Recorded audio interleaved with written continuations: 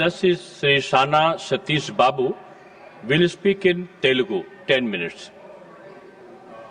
గౌరవనీయ vice chairman గారికి ధన్యవాదాలు. అమరావతి శాశ్వత రాజధాని బిల్లుపై మాట్లాడేందుకు ఈరోజు ఈ సభలో నాకు అవకాశం కల్పించిన మా నాయకుడు ముఖ్యమంత్రి నారా చంద్రబాబు నాయుడు గారికి ప్రత్యేకంగా ధన్యవాదాలు తెలుపుకుంటున్నాను. సార్, అమరావతి అంటే కేవలం ఒక నగరం మాత్రమే కాదు, ఇది 5 కోట్ల ఆంధ్రుల గుండె చప్పుడు. సార్, ప్రపంచంలో ఎక్కడా లేని విధంగా కేవలం ఒక నాయకుని పిలుపు మేరకు 29,000 మంది రైతులు తన 33,000 ఎకరాలని రాజధాని నిర్మాణం కోసం ఇచ్చారంటే ఆ నాయకుని మీద వారికి ఉన్న నమ్మకం చెప్తుంది సార్. సార్, ఇది 40 ఏళ్ల రాజకీయ అనుభవం, రాజకీయ పరిపాలన దక్షత ఉన్న నాయకుని మీద నమ్మకంతో ఇచ్చిన రైతులు సార్. ఇవి రైతులు. అమరావతి ఒక గ్రీన్ ఫీల్డ్ సిటీ సార్. ప్రపంచంలో ఎక్కడా లేని విధంగా అత్యాధునికంగా అమరావతిని నిర్మించడానికి ప్రతిపాదనలు ముందుకు వస్తున్నాయి సార్. అదేవిధంగా మా నాయకుడు చంద్రబాబు నాయుడు గారు బ్రౌన్ ఫీల్డ్ సిటీ హైదరాబాద్ని మహానగరంగా తీర్చిదిద్దారు సార్. అక్కడ రాళ్లు రప్పులు కొండలు ఉన్న బ్రౌన్ ఫీల్డ్ సిటీని ఒక హైటెక్ సిటీగా, ఒక సైబరాబాద్గా, ఒక ఫైనాన్షియల్ డిస్ట్రిక్ట్గా, ఒక జినోమ్ వ్యాలీగా, ఔటర్ రింగ్ రోడ్తో చాలా అనేక రకాలుగా అభివృద్ధి చేశారు.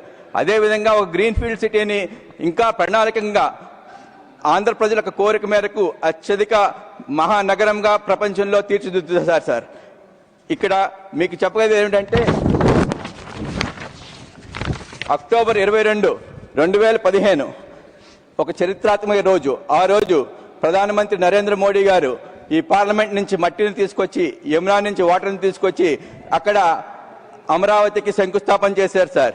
ఆ శంకుస్థాపన చేసిన అమరావతిని 2019లో ప్రభుత్వం మారిన తర్వాత ప్రధానమంత్రి శంకుస్థాపన చేసిన ఈ అమరావతిని ఈ వైఎస్ఆర్సీపీ ప్రభుత్వం దీన్ని ఒక మూలకు పాడివేసి ముళ్ళ కంచెలు వేసిన పునాదులను కూలగొట్టింది సార్.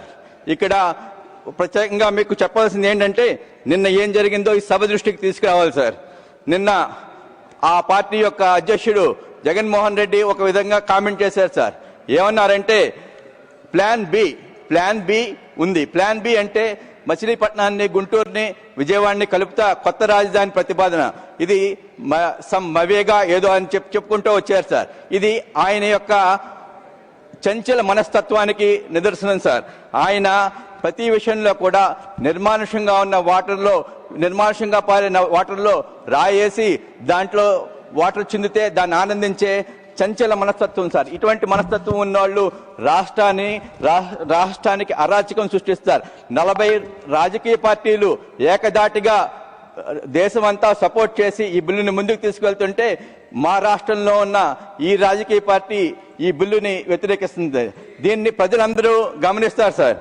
ఇక్కడ అంచేతే 2019లో వీరు చేసిన అరాచకాలు 2014 నుంచి 19 వరకు వీరు అమరావతి రాజధాని అని చెప్పారు సార్.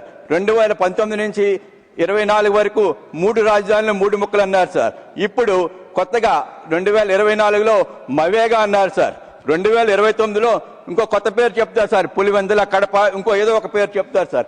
వీరంతా కూడా వికృత రూపంలో రాష్ట్రానికి పట్టిన శాపము కింద మాకు ఈ పార్టీ ఉంది సార్. ఈ వైఎస్ఆర్సీపీ పార్టీ రాష్ట్రాన్ని అభివృద్ధి చెందడానికి ఇష్టపడదు, రాష్ట్రంలో చేసే పనులకు ఇష్టపడదు. వారు ఈ విధంగా వాకౌట్ చేయటం చాలా దుర్మార్గకరం.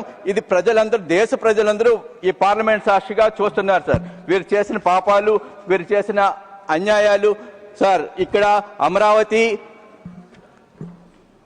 మహిళలు, అమరావతి యొక్క దేశాల గురించి ఒక మాట చెప్పుకోవాలి సార్.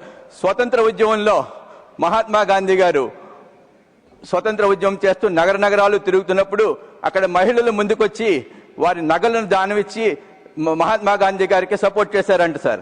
దానివల్లనే భారతదేశానికి స్వతంత్రం వచ్చింది. ఆ విధంగా సపోర్ట్ చేసిన వల్లనే అదేవిధంగా ఈ అమరావతిలో ఉద్యమం చేస్తున్నప్పుడు అదేవిధంగా మహిళలందరూ ఉద్యమం చేస్తున్నట్టు మా గౌరవ ముఖ్యమంత్రి గారి భార్య, మా తల్లి గారు భువనేశ్వరి గారు ఆ ప్రాంతానికి వెళ్ళి ఆ ఉద్యమం ఒక రూపు చూసి ఆ చేతిలో ఉన్న 2 గాజులు తీసుకెళ్లి ఇచ్చారు సార్. ఇది స్వతంత్ర ఉద్యమం ఆ రోజు ఎలా వచ్చిందో ఇవాళ అమరావతి ఉద్యమం కూడా అదే విధంగా ముందుకు సాగి రైతుల యొక్క విజయంగా తెలియజేస్తున్నాం సార్. అంతేకాకుండా ఈరోజు మీకు ప్రత్యేకంగా తెలియజేయాల్సింది ఏమనగా ఈరోజు హనుమాన్ జయంతి సార్. ఈరోజు దేశ ప్రజలందరూ పవిత్రమైన హనుమాన్ జయంతి జరుపుకుంటున్నారు సార్. అయోధ్యలో నాడు రాముడు హనుమంతుడు తోడుగా ఉన్నారు. అమరావతిలో రాముడైన మా సీఎం చంద్రబాబు నాయుడు గారికి ఒక హనుమంతుడు కాదు సార్, ఇద్దరు హనుమంతులు ఉన్నారు.